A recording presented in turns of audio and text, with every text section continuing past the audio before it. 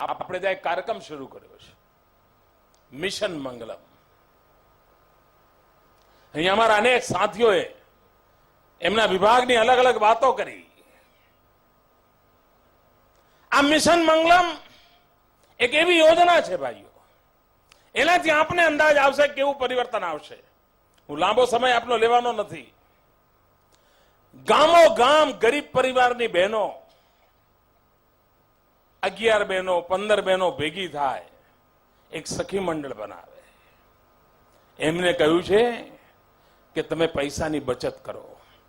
આપણે ત્યાં બચતના જે સંસ્કાર છે ને એના મૂળમાં માતાઓ છે. પુરુષ પાસે ખરાબમાં ખરાબ સ્થિતિ હોય, પૈસો ના હોય તો એ બહેન એની સાડીનો છેડો ખોલે ને તો દિવસ નીકળી જાય એટલું તો કાઢી દે. એને સાચવ્યું હોય, કષ્ટ વેઠીને પણ સાચવ્યું હોય. આ બહેનો જે બચત કરતી હોય છે એને ઉત્પાદક કેવી રીતે બનાવવી? આ સખી મંડળમાં બહેનો 5 રૂપિયા 10 રૂપિયા બચત કરે મહિને, એનું ભંડોળ કરે. 6 મહિના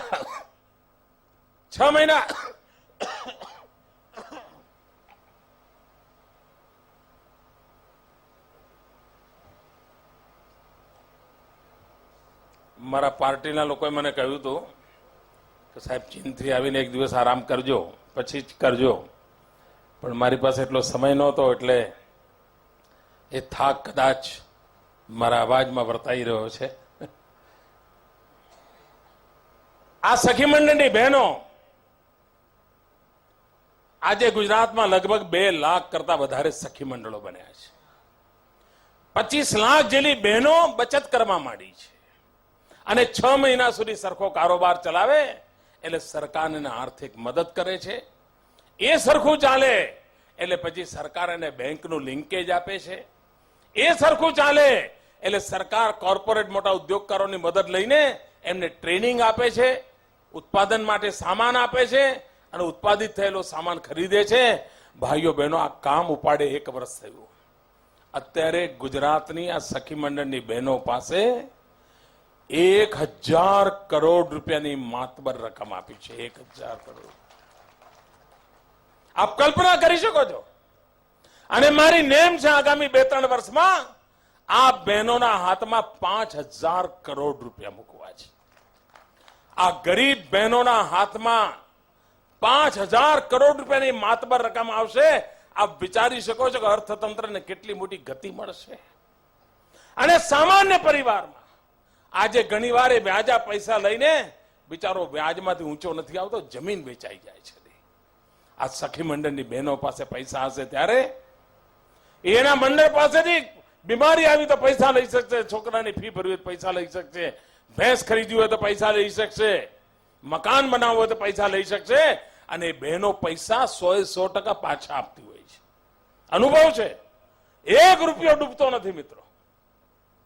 આ 5000 કરોડ રૂપિયા બહેનોના હાથમાં મૂકીને સમગ્ર અર્થતંત્રમાં આ ગુજરાતની બહેનોને મારે ભાગીદાર બનાવી છે. આપ કલ્પના કરી શકો છો કે વિકાસની યાત્રા કેટલી તેજ ચાલવાની છે. અને પૂરવેગથી બહેનોએ આ કામને ઉપાડી લીધું છે. પાટણ જિલ્લાની અંદર પણ અનેક ગામો છે જ્યાં સખી મંડળ દ્વારા અનેક ઉત્પાદનના કામો થાય છે. અહીંયા મને ઘણી સખી મંડળની બહેનો આવીને નાની જે ચીજો બનાવે છે મને ભેટ આપતી ગઈ એક નમૂનો. મેં એમને પૂછ્યું, કોઈ 20 લાખનો વેપાર કરે છે, કોઈ 25 લાખનો વેપાર કરે છે, કોઈ 50 લાખનો વેપાર કરે છે. આપ વિચારી શકો છો ભાઈઓ કે અર્થતંત્રને વિકેન્દ્રિત કરીને સમાજ જીવનને કેવી રીતે પગભર કરી શકાય છે. સમાજ પ્રત્યેની સદભાવના હોય તો આ બધી જ બાબતો આપણે કરી શકતા હોય છે અને આ પરિવર્તન લાવવામાં આપણે સફળ થયા.